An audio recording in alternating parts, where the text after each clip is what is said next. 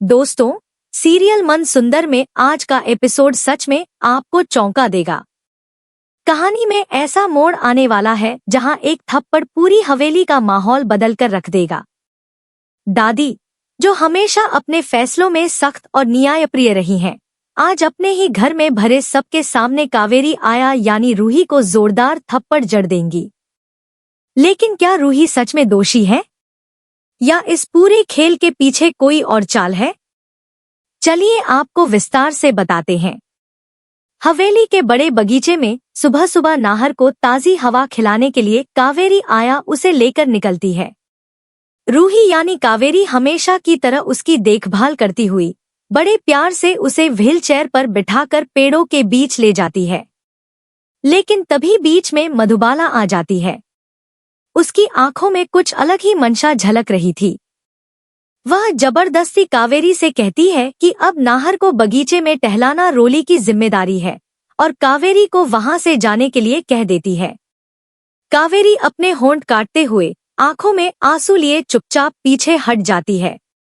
इसके बाद रोली नाहर को बेमन से बगीचे में ले जाती है। शुरू में वह भी ठीक से उसका ध्यान रखती दिखती है, मगर कुछ ही देर में उसका ध्यान अपने मोबाइल फोन में चला जाता है। वह व्हीलचेयर को एक कोने में खड़ा करके खुद एक बेंच पर बैठ जाती है और फोन में पूरी तरह डूब जाती है। इसी बीच अचानक तेज बारिश शुरू हो जाती है। बिजली की कड़क और पानी की बौछार से पूरा बगीचा गूंज उठता है और बेचारा नाहर पूरी तरह पानी में भीग जाता है। उसके शरीर पर लगी पट्टियां गीली हो जाती हैं, जिससे उसकी हालत और भी नाजुक हो जाती है। वह धीरे धीरे कांपने लगता है, मगर रोली को इसका जरा भी होश नहीं। तभी रूही की नजर पड़ती है। वह डर के मारे चीख उठती है और भागती हुई नाहर के पास पहुंचती है।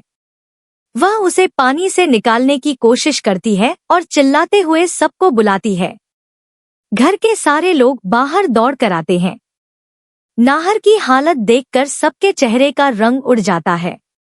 दादी की आंखों में गुस्से की आग जल उठती है।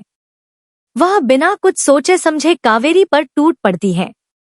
ये तुम्हारी जिम्मेदारी थी, तुमने क्यों नहीं देखा उसका? और अगले ही पल दादी का हाथ हवा में उठकर कावेरी के गाल पर पड़ता है। पूरा माहौल सन्नाटे में डूब जाता है। कावेरी की आंखों से आंसू बहने लगते हैं। वह कांपती हुई कहती है, माँ, मैंने कुछ नहीं किया दादी जी। मैं तो उसे ले जा ही रही थी, लेकिन मधुबाला जी ने मुझे रोक दिया और रोली को भेज दिया। मगर मधुबाला और रोली दोनों अपनी बात से पलट जाते हैं।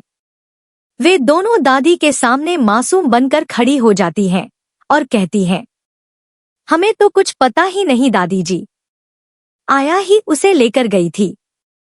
रूही उन्हें हक्का बक्का देखती रह जाती है। उसके चेहरे पर बेबसी और दर्द साफ नजर आता है।